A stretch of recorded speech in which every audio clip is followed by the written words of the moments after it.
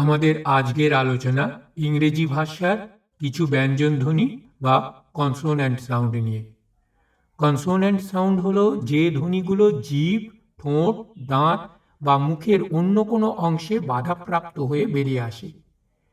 ইংরেজি ভাষায় প্রায় 25টা ব্যঞ্জনধ্বনি বা কনসোন্যান্ট সাউন্ড আছে, কিন্তু আজকে আমরা প্রধানত দুটি বিশেষ কনসোন্যান্ট সাউন্ড নিয়ে আলোচনা করব এবং সেই সাথে ইংরেজি ভাষার কনসোন্যান্ট সাউন্ডের গুরুত্বপূর্ণ কয়েকটি বিষয় বুঝে নেব। আমাদের রিচ লার্নিং ম্যাটার্স চ্যানেলে আপনাকে স্বাগত। ইতিমধ্যে যারা আমাদের চ্যানেলটিতে সাবস্ক্রাইব করেছেন তাদেরকে ধন্যবাদ জানাই, আর যারা চ্যানেলটি এখনো সাবস্ক্রাইব করেননি তাদের অনুরোধ করব সাবস্ক্রাইব করে নিতে। আজকে আমরা যে দুটো কনসোন্যান্ট সাউন্ড নিয়ে আলোচনা করব সে দুটি হলো টি এবং ডি। ইংরেজি ভাষায় এই দুটো সাউন্ড বিশেষ গুরুত্বপূর্ণ, কারণ কিছু ব্যাকরণগত পরিবর্তনের সাথে এই সাউন্ডের পরিবর্তন ঘটে। এই ব্যাপারটা আমরা এই ভিডিওর শেষের দিকে আলোচনা করব। ইংরেজি ভাষার কনসোন্যান্ট সাউন্ডগুলোর একটা বিশেষ বৈশিষ্ট্য এই যে এই সাউন্ডগুলোর মধ্যে কিছু সাউন্ড ভয়েস আর কিছু সাউন্ড আনভয়েস বা ভয়েসলেস, অর্থাৎ এগুলো স্বরযন্ত্রের সাহায্য ছাড়াই উৎপন্ন হয়। ইংরেজিতে টি এবং ডি এই দুটো কনসোনেন্ট সাউন্ডকে অ্যালভিওলার কনসোনেন্ট বলা হয়, কারণ এই দুটির উচ্চারণ স্থান অ্যালভিওলার রিজ। এই দুটো সাউন্ড সমগোত্রীয়, অর্থাৎ দুটো সাউন্ড একই রকমভাবে অ্যালভিওলার রিজ ব্যবহার করে উৎপন্ন হয়। তফাৎ শুধু একটাই, প্রথম সাউন্ডটি ভয়েসলেস আর দ্বিতীয় সাউন্ডটি ভয়েসড। ভাষাতত্ত্বে এই অ্যালভিওলার রিজ বলতে মুখের ভেতরে ঠিক কোন জায়গাটাকে বোঝায় সেটা আমরা একবার দেখে নিই। মনে রাখবেন, চিকিৎসা বিজ্ঞানে এটা একটু আলাদা বোঝায়। এবার মুখের ভেতরে এই স্থানটি একটু অনুভব করার চেষ্টা করুন। জিভের একদম সম্মুখভাগ ওপরের পাটির দাঁতের ভেতর দিকে স্পর্শ করে রাখুন। এই স্পর্শ করা অবস্থায় জিভটাকে আস্তে আস্তে ভেতর দিকে টেনে নিয়ে যান। দাঁতের সামান্য একটু পরেই দেখবেন একটা ঢেউ খেলানো শক্ত জায়গা রয়েছে, এটি হলো অ্যালভিওলার রিজ। ইংরেজি ভাষায় এই স্থানটি বিশেষ গুরুত্বপূর্ণ, কারণ অনেক কনসোন্যান্ট সাউন্ড এই জায়গাটি ব্যবহার করে উৎপন্ন হয়। ইংরেজি টি ধ্বনিটি যখন কোনো ওয়ার্ডের মধ্যে থাকে তখন পাশাপাশি থাকা ধ্বনিগুলোর কারণে এটির উচ্চারণ প্রক্রিয়ায় সামান্য তারতম্য হয়। ইংরেজিতে এই ব্যাপারটিকে অ্যালোফোন বলা হয়। এবারে কতকগুলো বিভিন্ন শব্দ উচ্চারণ করে এটা দেখাচ্ছি।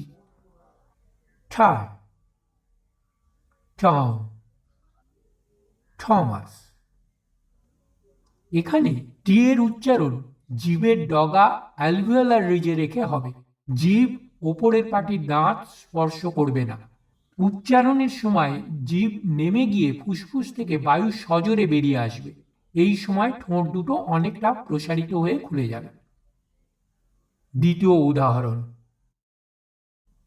Stop, stone.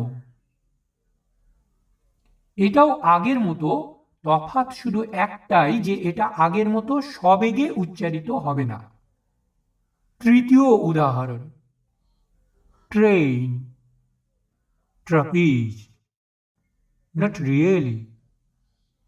এবারের ওয়ার্ডগুলোতে জিভ অ্যালভিওলার রিজের সামান্য একটু পিছনে থাকে।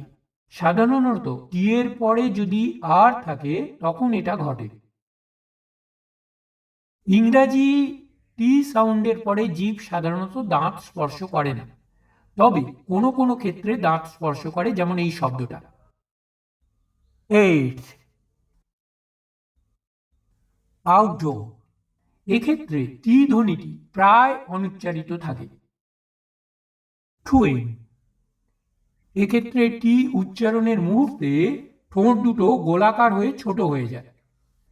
এবারে ডি এর কয়েকটা অ্যালোফোন, ডো, ফিডল।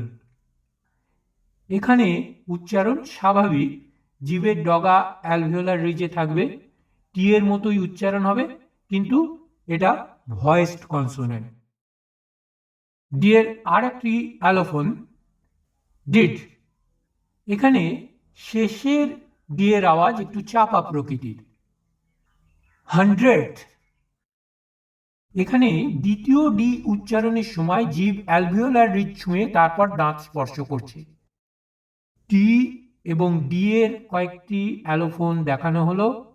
এবার ইংরেজিতে টি এবং ডি সাউন্ড দুটি ব্যাকরণগত পরিবর্তনের উপর যে প্রভাব ফেলে সেটা নিয়ে আলোচনা করছি।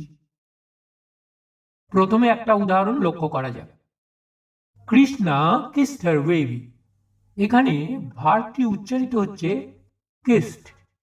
যদি মূল ভার্বের শেষে টি ছাড়া অন্য কোনো ভয়েসলেস কনসোনেন্ট সাউন্ড থাকে তখন উচ্চারণ হয় ঠ, টি এর সাউন্ড হয়।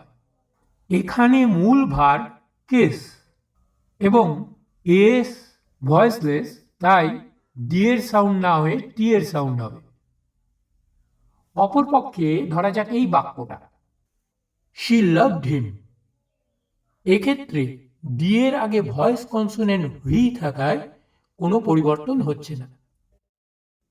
আর যদি মূল ভার্বটি টি সাউন্ড দিয়ে শেষ হয়ে থাকে তখন উচ্চারণ দাঁড়ায় এইরকম, দে পেইন্টেড দ্য হাউস।